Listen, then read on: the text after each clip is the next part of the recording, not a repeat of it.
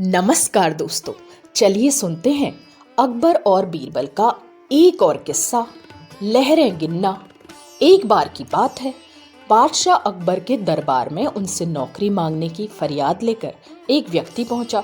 उसकी कुछ देर बातें सुनने और बुद्धि की परीक्षा लेने के बाद बादशाह ने उसे चुंगी यानी टैक्स वसूलने वाला अधिकारी बना दिया। बीरबल भी उस दरबार में मौजूद थे। उन्होंने उसे कुछ देर ध्यान से देखने के बाद कहा कि हुजूर, यह व्यक्ति ज्यादा ही चालाक लग रहा है। यह जल्द ही कुछ न कुछ बेईमानी जरूर करेगा। होते होते कुछ समय गुजरा और तब तक उस व्यक्ति ने टैक्स वसूलने का काम पूरी तरह से संभाल लिया था। एक दिन बादशाह अकबर के पास दो व्यक्ति आए उस अधिकारी की शिकायत लेकर। शिकायतें मामूली थी, इसलिए उन पर ज्यादा किसी ने ध्यान नहीं दिया। उसके बाद रिश्वत लेने और जनता को परेशान करने के आरोप भी उस अधिकारी पर लगने लगे। इतनी शिकायतें आने पर बादशाह ने सोचा कि इसका तबादला ऐसी जगह कर देता हूँ जहाँ इसे बेईमानी करने का मौका ही न मिल पाए। इतना सोचते ही बादशाह ने फैसला किया कि उसे अस्तबल का मुंशी बनाया जाए। फिर बादशाह ने मन में कहा कि अब घोड़ों की लीद उठवाने के काम में भी भला क्या बेईमानी करेगा। वहां मुंशी के पद पर पहुंचते ही उस व्यक्ति ने फिर रिश्वत लेना शुरू कर दिया।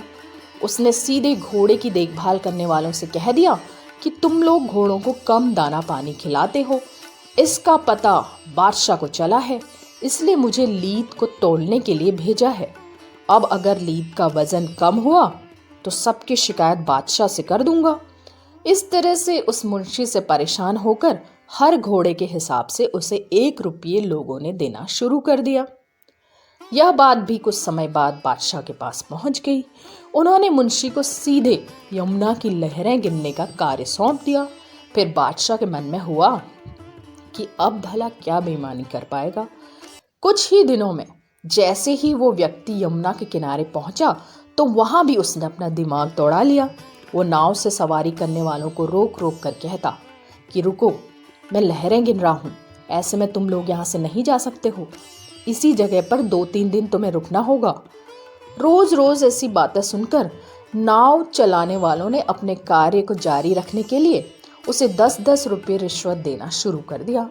अब यमुना किनारे भी वो व्यक्ति खूब बेईमानी कर रहा था। 1-2 महीने में यह बात भी बादशाह तक पहुंच गई। तभी अकबर ने एक लिखा हुआ आदेश भिजवाया, नाव को रोको मत, जाने दो। वो व्यक्ति चतुर था। उसने बादशाह के आदेश वाले पत्र को नाव को रोको मत जाने दो कर दिया था। इस थोड़ी हेरफेर के बाद उसने अकबर का आदेश वहां टंगवा दिया। आखिर में उससे परेशान होकर बादशाह ने उसे नौकरी से ही निकाल दिया। तभी बादशाह को बीरबल की बात याद आ गई कि यह आदमी बेईमानी जरूर करेगा। तब उनके मन में हुआ कि मुझे इसे पहली गलती में ही कठोर दंड देना चाहिए था। तो दोस्तों, ये था अकबर और बीरबल का एक और किस्सा। आपको कैसा लगा जरूर बताइए।